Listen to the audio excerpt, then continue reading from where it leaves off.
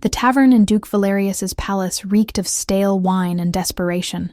Sela moved through the crowd like a shadow, her bare feet silent against the worn wooden floors, her hands steady as she refilled tankards and cleared plates. She never spoke. The patrons had grown accustomed to her silence, some finding it eerie, others convenient.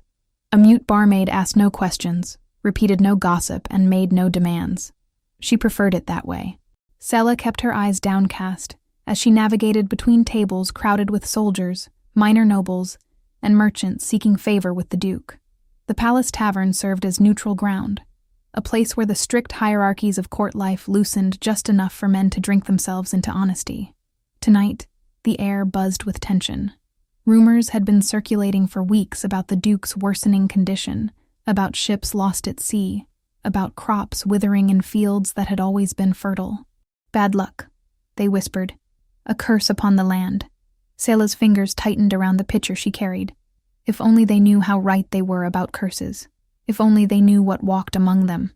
She caught her reflection in a tarnished metal plate as she passed. Pale skin, dark hair bound simply at her nape, eyes the color of storm-gray seas, human, to all appearances. But beneath her rough-spun dress, beneath the carefully maintained facade, her body was slowly betraying her. It had been 26 days since the last time. She could feel it beginning, the faint ache in her bones, the way her skin felt too tight, as if it might split apart to reveal something ancient and terrible beneath. 4 more days. She had 4 more days to find someone. Girl, a soldier's bark cut through her thoughts. More ale, and be quick about it. Sela approached his table, movements carefully measured. The man was already drunk, his eyes glazed and unfocused. Easy prey, whispered the dark, hungry thing inside her. But not here, never here, where she might be seen, where the fragile safety of her anonymity might shatter. She poured his ale and retreated to the shadows. The tavern door crashed open, and the temperature in the room seemed to drop. Conversations died mid-sentence as Duke Valerius entered, flanked by 2 guards and his chief advisor, Lord Castern. Sela froze near the kitchen entrance, instinctively making herself smaller, invisible. She had seen the Duke before, of course. Distant glimpses as he passed through corridors, his figure rigid and imposing on the rare occasions he visited the tavern. But tonight, she could see the curse's progression written plainly across his features. His skin held an ashen, almost gray tint. His movements were stiff, mechanical, as though his joints had begun to calcify. But it was his eyes that truly unsettled her, cold and flat, like chips of river stone, reflecting light, but holding no warmth behind them. "Your Grace," the tavern keeper stammered, hurrying forward with a bow so deep his forehead nearly touched his knees. "We are honored by your—" Silence. Valerius's voice cut like a blade through winter air. "I'm not here for pleasantries." He surveyed the room with those dead eyes, and Sela felt a chill run through her when his gaze swept past her hiding spot. For a moment, just a moment, she thought she saw something flicker in his expression. Pain, perhaps, or recognition of pain in another. Then it was gone, replaced by the same cold mask. "For 3 generations," Valerius announced, his voice carrying to every corner of the now silent tavern. "My family has ruled these lands with strength and prosperity. But for the past year, misfortune has plagued us. Failed harvests, storms that sink our ships, and this," he placed a hand over his chest, the gesture somehow obscene in its vulnerability. "This affliction that turns my very heart to stone." Murmurs rippled through the crowd.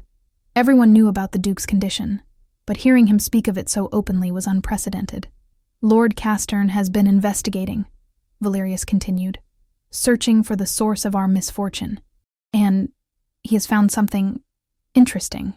Castern stepped forward, producing a leather-bound journal from his robes. He was a thin, sharp-featured man with the look of someone who found satisfaction in other people's suffering. 3 weeks ago, a merchant's son was found collapsed in the east wing, weak, feverish, claiming a woman had stolen his breath with a kiss. 2 weeks before that, a guard reported similar symptoms, and a month before that, a visiting nobleman's servant. Sela's blood turned to ice. "At first we dismissed these as coincidental illnesses," Castern said, flipping through pages. "But the pattern was too consistent. Always young men, Always the same symptoms, profound weakness, as though their very life force had been drained. And always, they spoke of a woman who worked in the palace, a woman who never speaks. The crowd's attention began to shift, eyes searching the room. Sela felt her heart hammering against her ribs, that traitorous organ that kept her trapped in this deteriorating human shell. "Bring her forward," Valerius commanded. 2 guards moved toward her before she could react. Rough hands seized her arms, dragging her from her shadowed corner into the center of the tavern. The pitcher fell from her grasp, shattering against the floor in a spray of ale and ceramic shards. Sela kept her eyes down, her mind racing. This couldn't be happening. She'd been so careful. She always chose men who were already drunk, whose memories would be hazy. She never took too much, never left them damaged beyond a few days of weakness, and she had spread her feeding across months, across different parts of the palace, different types of victims. But somehow, they had connected the pattern. Somehow they had found her. "Look at me," Valerius said. Slowly, Sela raised her eyes to meet his. Up close, the curse's effects were even more pronounced. Gray veins spiderwebbed across his temples. His lips held a faint blue tinge, as if his blood no longer carried warmth. But his eyes, those stone-cold eyes, held a desperate intelligence, the look of a man watching his own slow death and raging against it. "What are you?" he asked, his voice barely above a whisper. Sela said nothing. She had not spoken in 3 years, since the day her enchanted tale was stolen, since the day she had been cursed to this half-life. Speaking felt like a betrayal of her true self, an acceptance of this prison of flesh and bone. "Lord Castern," Valerius said without breaking eye contact, "tell them what you discovered." Castern's smile was thin and cruel. "Old legends speak of creatures from the sea, shapeshifters who can take human form by removing their magical tail. Mermaids, they're called. And according to those same legends, a mermaid separated from her enchanted tail becomes trapped between worlds, neither fully human nor fully creature of the sea. Such creatures, the stories say, must steal life force to sustain their false human bodies." Gasps echoed through the tavern. Sela felt the crowd's fear wash over her like a physical thing, pressing against her from all sides. "Superstitious nonsense," someone muttered, but the words lacked conviction. "Is it?" Castern produced something from his robes, a scrap of fabric, shimmering and teal-colored, that seemed to capture and reflect light, like water under moonlight. This was found hidden in her quarters. Tail scale, unless I'm very much mistaken. Not enough for a full enchanted tail, but a remnant, a memory of what she once was. Sela's breath caught. That fragment. She had kept it close for 3 years. The only piece of her true self she had managed to hide when her enchanted tail was stolen.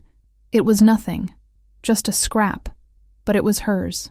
The loss of it felt like losing a limb. "And what does this creature's presence mean for our lands?" Valerius asked, though his tone suggested he had already drawn his own conclusions. "What does it mean that we have harbored a sea-cursed thing beneath our very roof?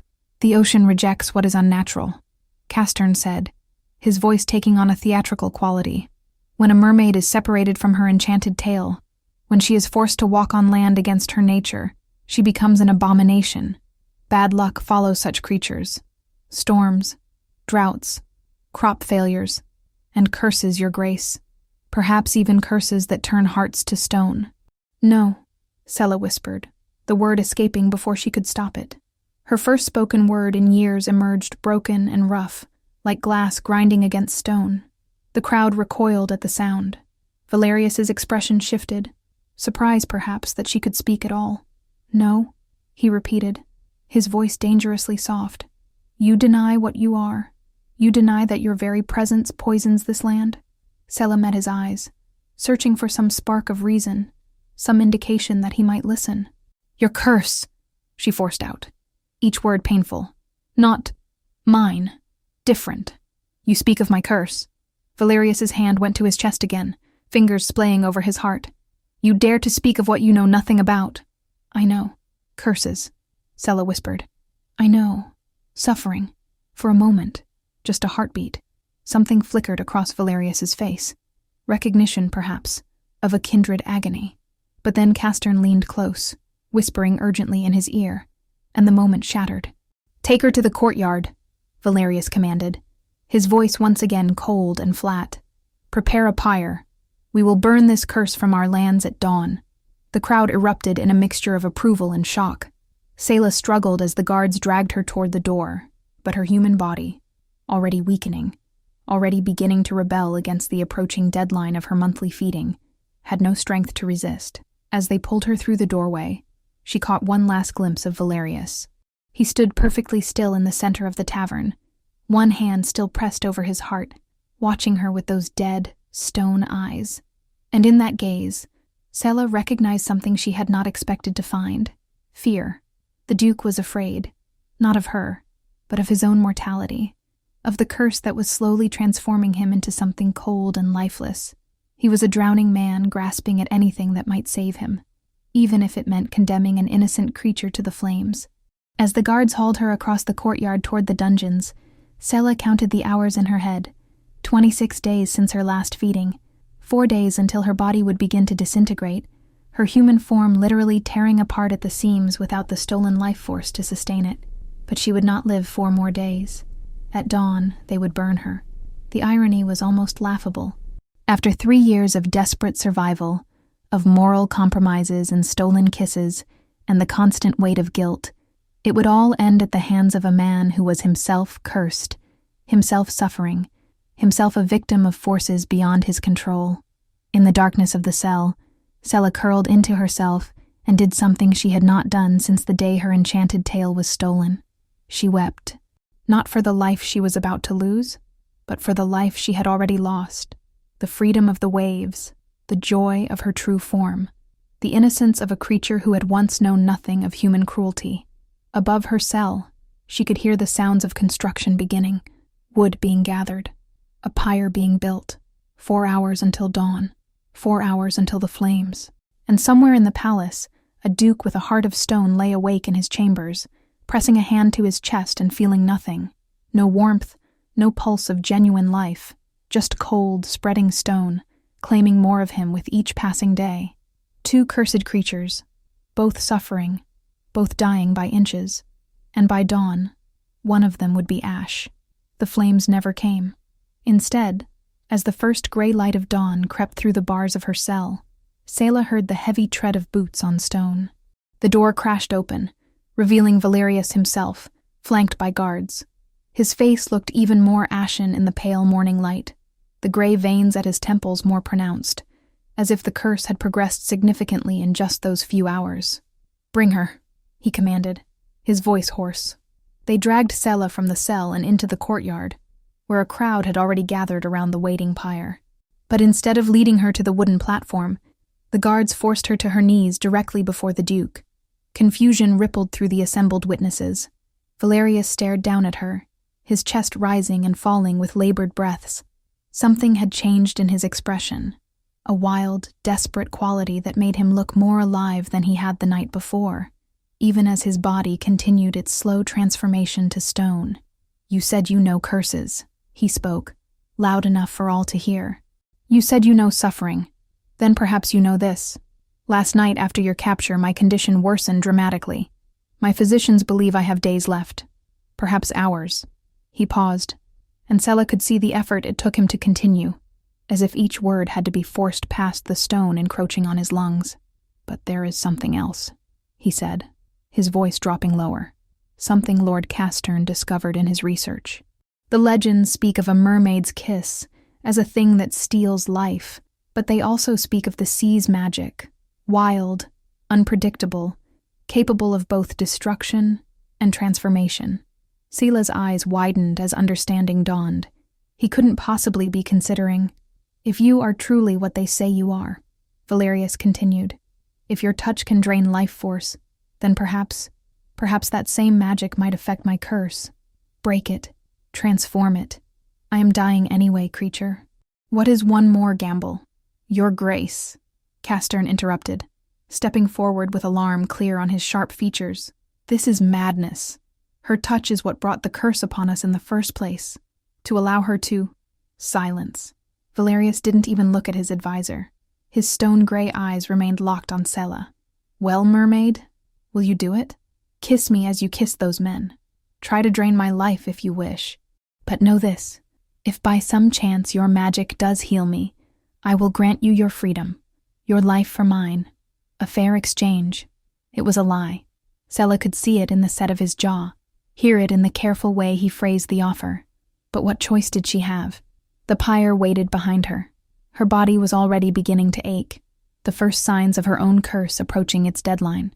And perhaps if she could drain him quickly enough, she could end both their suffering at once. Take his life before the flames took hers. A small revenge, but revenge nonetheless. Slowly, Sela nodded. The crowd murmured, voices rising in protest and fascination. Valerius gestured, and the guards hauled Sela to her feet, holding her steady as the Duke stepped closer. This near, she could see the fine tremors running through his body, could smell the strange mineral scent that clung to him, like stone dust and seawater mixed together. "Do it," he commanded. Sela reached up, her hands finding his face. His skin was cold, so cold it almost burned to touch. She could feel the wrongness in him, the way the curse had wound itself through his very essence, replacing warmth and life with creeping, inexorable stone. She pulled his face down to hers and pressed her lips to his. The world exploded. Magic erupted between them, not the gentle, draining pull of her usual feeding, but a violent collision of opposing forces. Sela felt her power reach out, trying to draw his life force into herself, but it was like trying to drink from a stone well. There was nothing to take, nothing liquid and vital and alive. But then something else happened. The sea magic trapped in her human form, that wild and ancient power that she used monthly to sustain herself, met the curse in Valerius's chest and recoiled. Two incompatible magics, two different curses, colliding in the space where their bodies touched. Pain lanced through Sela, not the familiar ache of her deteriorating human form, but something new and terrible. It felt as if the ocean itself was being pulled from her core, as if every drop of salt water in her blood was being summoned and redirected.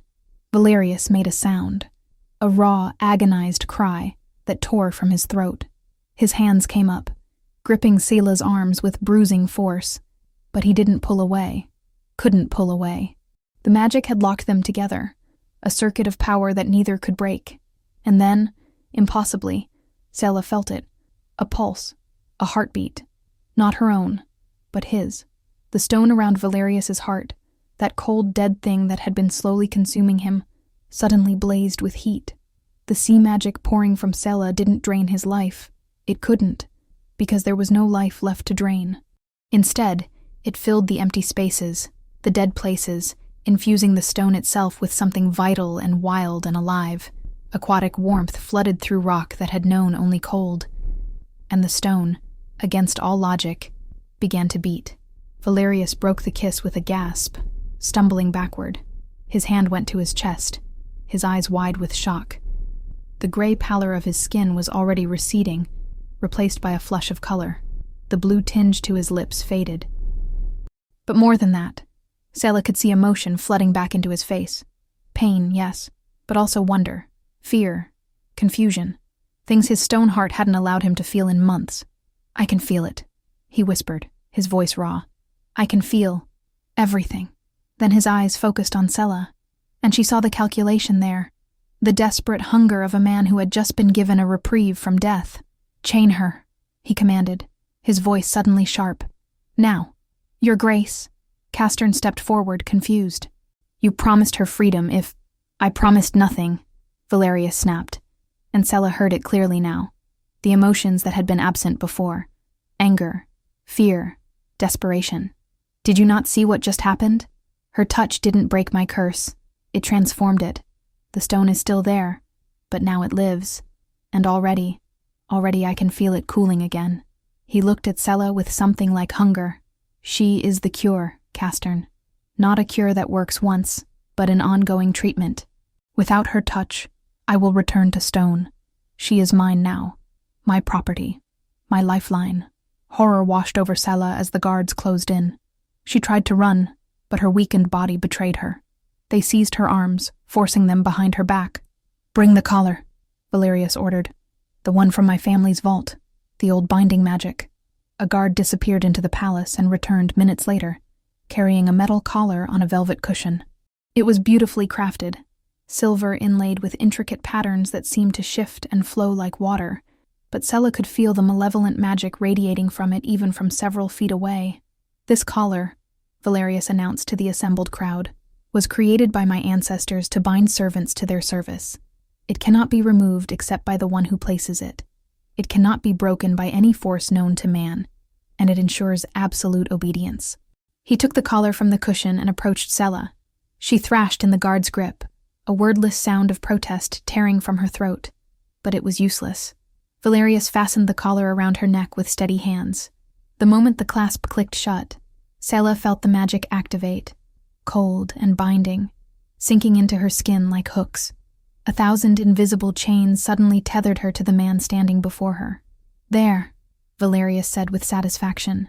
He reached out and touched her face, almost gently, and Sela felt that same surge of magic, her power flowing into him, warming the stone around his heart. "Perfect." He stepped back and addressed the crowd, his voice carrying across the courtyard with newfound strength.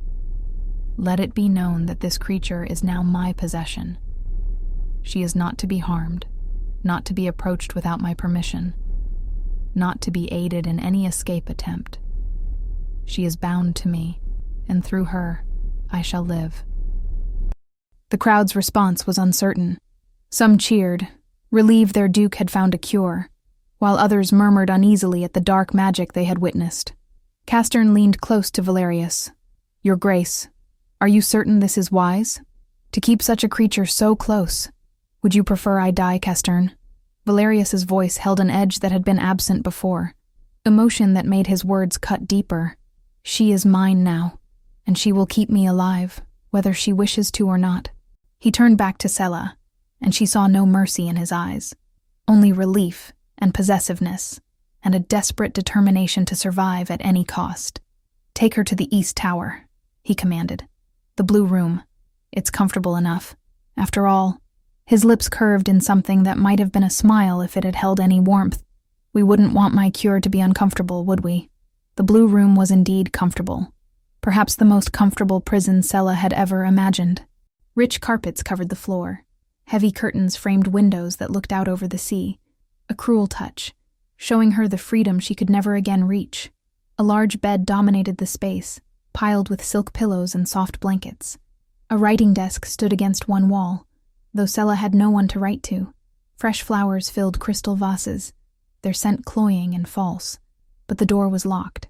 Guards stood outside, and the collar around her neck was a constant, cold reminder of her new reality. Valerius visited 3 times that first day. Each time, he would touch her, sometimes her hand, once her face, once placing his palm directly over her heart. Each time she felt the sea magic drain from her into him, warming the stone that still encased his heart, keeping it beating with that strange aquatic pulse. And each time, Sela felt a little more of herself slip away. By the second day, she understood the full horror of what had happened. The curse that had forced her to feed monthly was now being siphoned constantly, little by little, into Valerius. But because he wasn't truly alive, because his heart was stone infused with borrowed magic, he required more frequent contact to maintain the effect. Every few hours he would appear. Sometimes he would stay only moments. Other times he would linger, sitting in the chair by her window, his hand resting on her arm, while he reviewed documents or held meetings with his advisors in her presence. "You should eat," he told her on the 3rd day, gesturing to the untouched tray of food. "You're no use to me if you starve." Sela stared at him from where she sat curled on the bed. She hadn't spoken since the courtyard, refused to give him even that much. Valerius sighed, and surprisingly human sound. "I know you hate me. I don't require your affection, but I do require your survival. Eat. That's an order." The collar pulsed, and Sela felt her body move against her will. Her hand reached for bread, brought it to her lips, made her chew and swallow even as her mind screamed in protest. When she had eaten enough to satisfy him, Valerius released the compulsion. "Better," he said. Then, almost as an afterthought, "I'm not a monster, you know. I'm simply a man who wishes to live." Sela found her voice then, hoarse from disuse. "You are Both. His expression flickered, surprised that she had spoken, perhaps, or something else. And what does that make you, Mermaid? You stole life from innocent men to sustain your cursed form. How many did you kiss? How many did you weaken, sicken, perhaps even kill? Never killed, Selah whispered. Never took more than I needed. Never enslaved them. No, Valerius agreed quietly. You only left them confused and ill, wondering what had happened to them. Is that really so different? The question hung in the air between them. Selah wanted to rage at him, to deny the comparison, but she couldn't, because he was right, in a way. Her survival had come at others' expense. She had told herself she was careful, that she took only what was necessary, but the truth remained. She had hurt people to sustain herself, just as Valerius was hurting her now. We are both cursed, Valerius said, standing. He approached the window, looking out at the darkening sky. Both trapped by magic we did not choose, both doing what we must to survive. Perhaps that makes us monsters, or perhaps it simply makes us desperate. He turned back to her, and Selah saw something unexpected in his face. Since the kiss, since his heart had been reawakened, his expressions had been returning. Anger, fear, determination. But this was new. This looked almost like regret. I will not apologize, he said firmly. I will not release you. My survival depends on you, and I will not choose death out of nobility. But neither will I pretend this is just or fair. He crossed the room and touched her hand briefly, just long enough for the magic to pass between them, warming his stone heart once more. Then he left, locking the door behind him. Selah sat alone in her beautiful prison, and finally understood the full shape of her new existence. She was not just a prisoner. She was a living cure, a magical life support system for a man whose heart should have killed him, but now beat only through borrowed magic. And as the days turned to weeks, as Valerius's visits became routine, she began to notice something else, something that might have been worse than the captivity itself. He was changing, not just physically, though the transformation continued, more color returning to his skin, more fluidity to his movements, but emotionally. The stone heart that had made him cold and cruel was now alive, beating with sea magic, and it was awakening feelings he hadn't experienced in months. She saw it in the way he would pause sometimes, mid-conversation with an advisor, his hand going to his chest with a look of confusion. Saw it in how he winced when servants spoke of punishments he had ordered before his cure. Saw it in the increasingly uncertain glances he cast her way, as if seeing her, truly seeing her, for the first time. The Duke was remembering how to feel, and with that memory came something Selah had not anticipated. Guilt. 3 weeks into her captivity, Selah discovered something that changed everything. It happened during one of Valerius's visits. These had become longer, more frequent, as if he was finding excuses to remain in her presence beyond the necessary transfer of magic. He sat in the chair by the window, ostensibly reviewing reports, but Selah had learned to read the tension in his shoulders, the way his hand would drift unconsciously to his chest. "Does it hurt?" she asked, breaking the silence that had stretched between them. He looked up, surprised. They had fallen into a pattern of minimal conversation, speaking only when necessary. "Sometimes," he admitted. "It's strange. The stone is still there, but now it feels. It shouldn't be possible. Rock shouldn't have sensation. But I can feel every beat, every pulse of warmth flowing through it. And when the magic fades, when it begins to cool again," he trailed off, his jaw tightening. "You feel yourself dying," Selah finished quietly. "Yes," the admission came reluctantly. He set aside his papers. "Is that how it was for you? Before you had to feed?" Selah drew her knees to her chest, wrapping her arms around them. "Worse. The human form. It's not natural for my kind.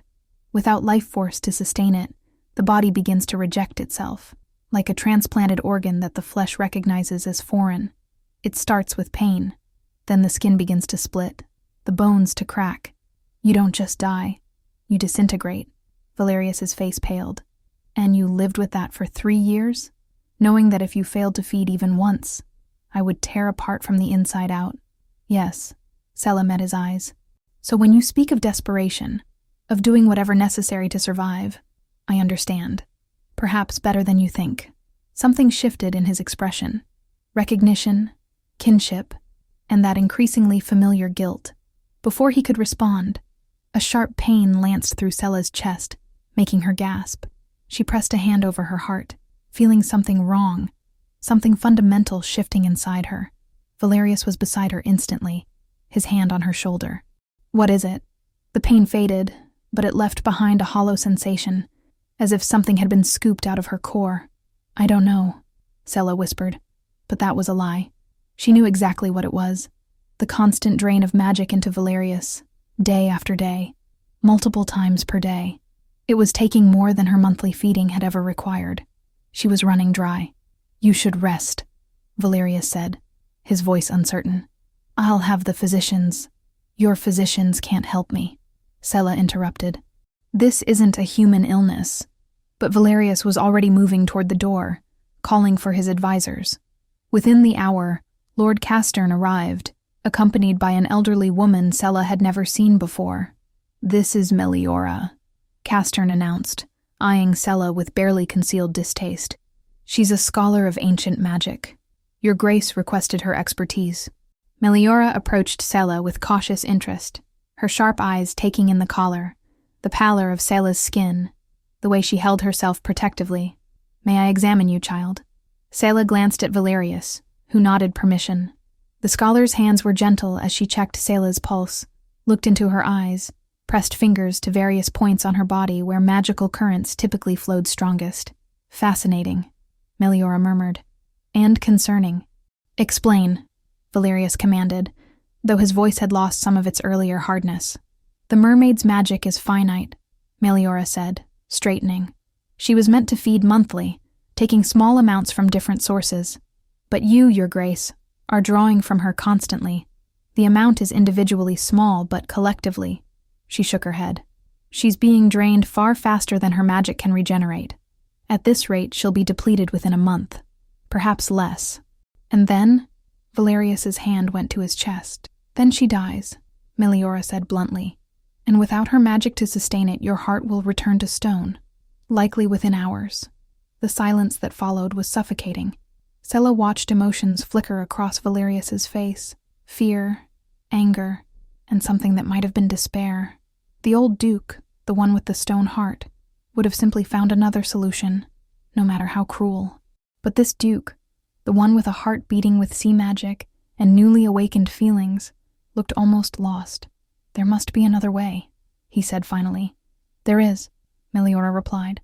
"Several, in fact, but none you will like. Tell me."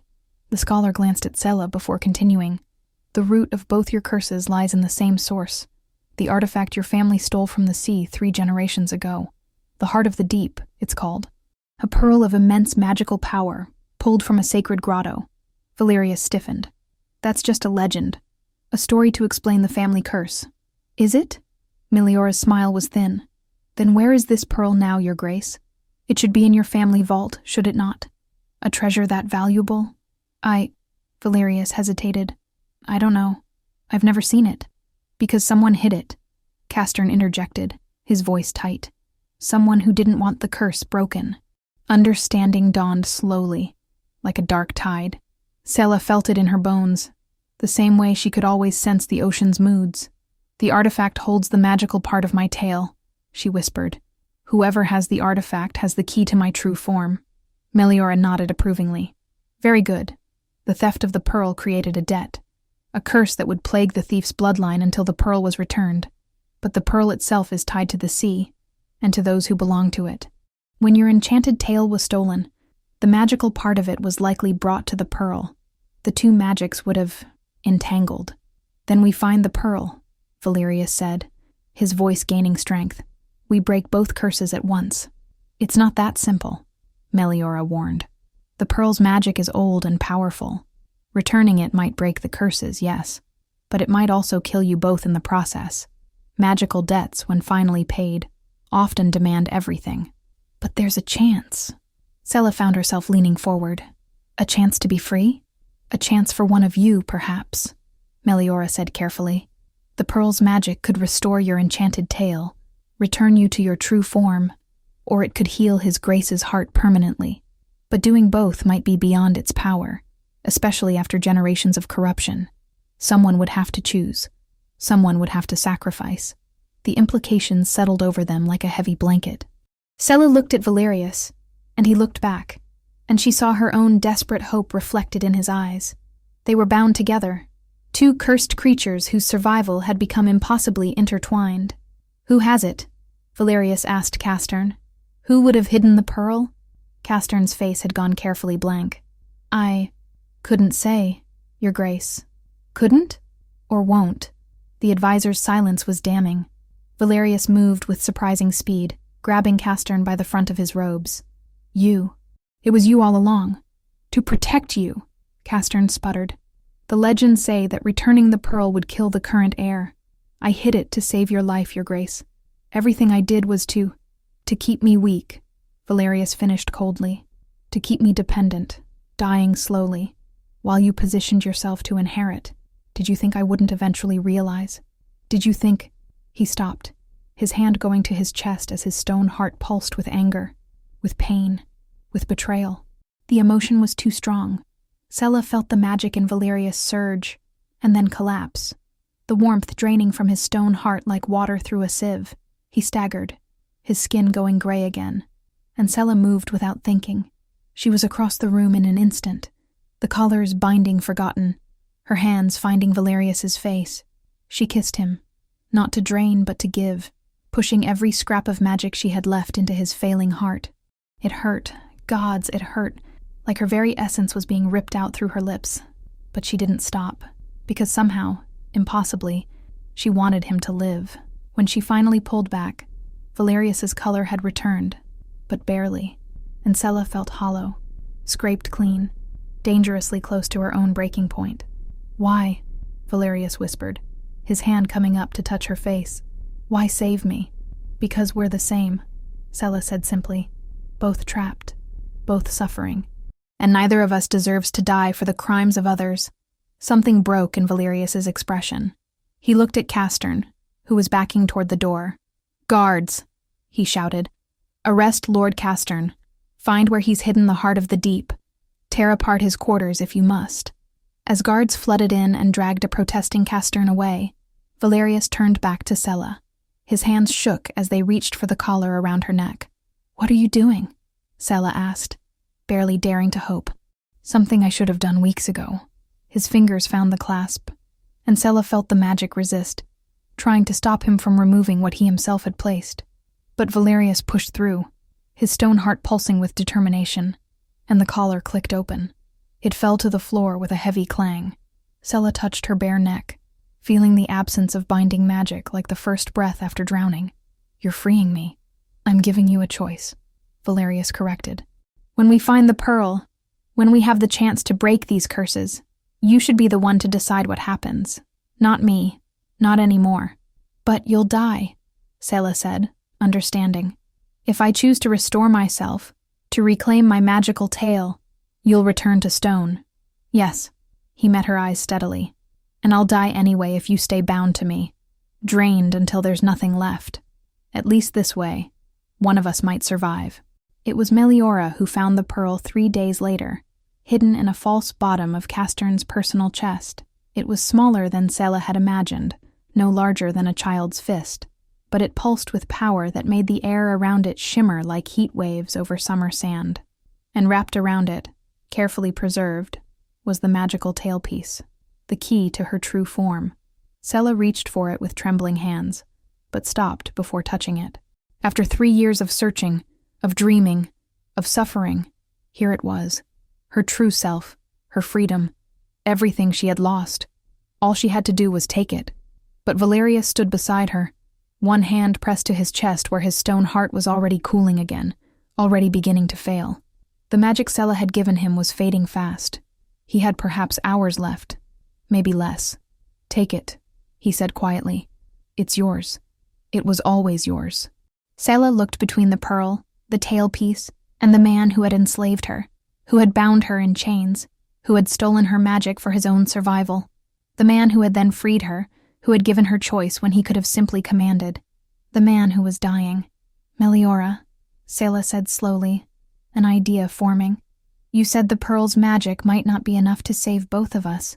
But what if we don't ask it to save us? What if we ask it to balance us?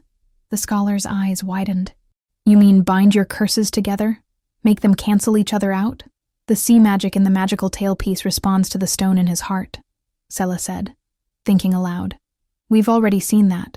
What if we use the pearl to make that connection permanent?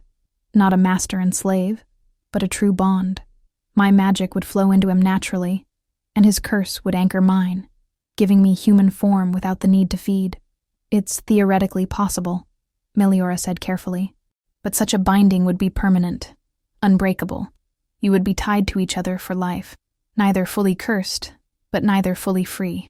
Valeria stared at Sela. You would give up your true form? Your chance to return to the sea? Would you share your life with me? Sela countered. Truly share it as equals. No more chains, no more commands, just two people, both surviving, both free in what ways we can be. For a long moment, Valerius said nothing. Then slowly he held out his hand. I swear it. On my heart of stone, on whatever life remains in me. I swear it. Sela took his hand and turned to Meliora. Do it. The ritual was painful and terrifying. The pearl's magic exploded through both of them, burning away the old curses and forging something new in their place. Sela felt the essence of her enchanted tale dissolve, its essence flowing into her human body, becoming part of her rather than something separate. She felt Valerius's stone heart crack open, the curse fragmenting and spreading throughout his body, turning from a death sentence into a source of strange, cold strength. And through it all, she felt him, his pain, his fear, his desperate hope, and he felt her.